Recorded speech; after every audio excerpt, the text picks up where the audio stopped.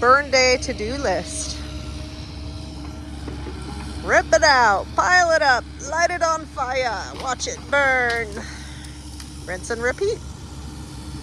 A couple months ago, William ripped up a bunch of these scrub oaks, and they've been kind of drawing out ever since.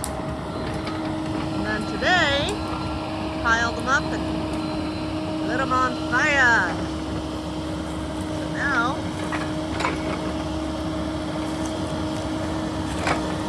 he's grabbing a little bit more of the debris and pushing it on there. And then when this fire got lit, it burned out the center of it, which is usually how these things go. So now he can start to take the stuff from the edges and pile it in the middle where that's nice and hot, and it should ignite pretty quickly.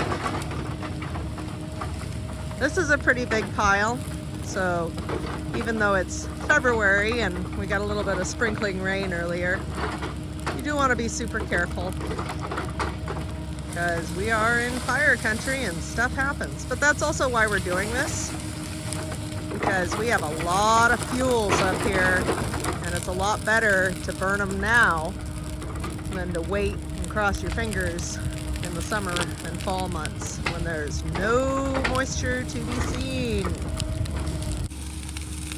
Yeah, it's a never-ending journey here. Just making your property as fire safe as possible. There's always something else to be done. Right here you can see he's starting to kind of dig out some stumps and rip out a little bit more of the vegetation. Woo! Now he's just messing with me. When we first looked at this piece of property, the brush was so thick right here that you actually couldn't tell how much of it was reasonably flat. And as you look around now that William has cleared so much of it, it's really amazing. There's probably 2 acres of relatively flat, gentle ground here, which is perfect for a big yard and a garden. These are the hugelkultur beds.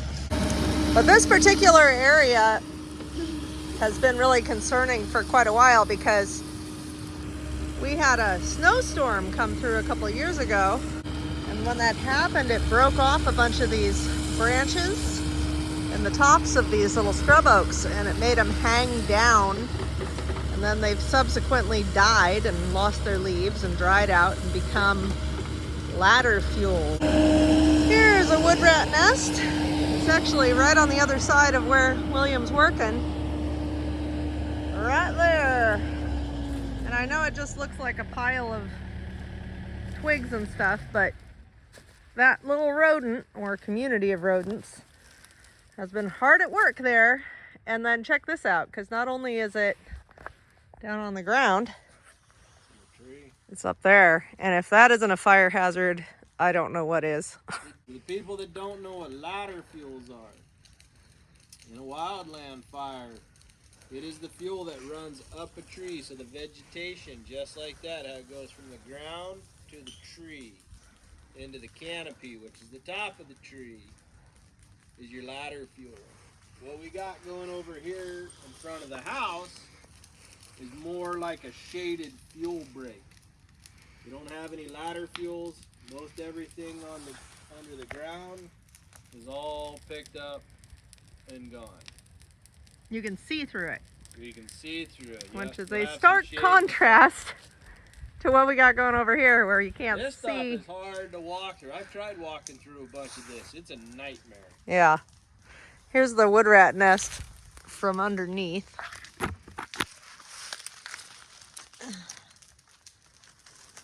It's just nasty. Rattlesnake food. Not exactly something you want to foster. On this mountain up here behind us, I saw one at least 3 foot. I never saw its head going into a nest. Yeah. And then I avoided that nest like the plague, which is a sad thing because I saw something I wanted to pick up, and then a couple feet later, my sunglasses fell off my head. Oh no. Oh yeah. I don't think you told me that part. I thought I did. I got him back. That's good. I was a little nervous seeing the snake that big. Yeah. My parents saw a 6-footer one time when we were on a drive with my grandma. We took her on a ride up to Snow Mountain and saw a 6-foot rattlesnake in the middle of the road. And my parents shooed it off the road because they thought it was really cool. And it was in the middle of nowhere. It wasn't hurting anybody. My poor grandmother spent the rest of the time with her feet off the footboard of the car because she was so freaked out. Oh, yeah. That's a long drive too. It's like an hour.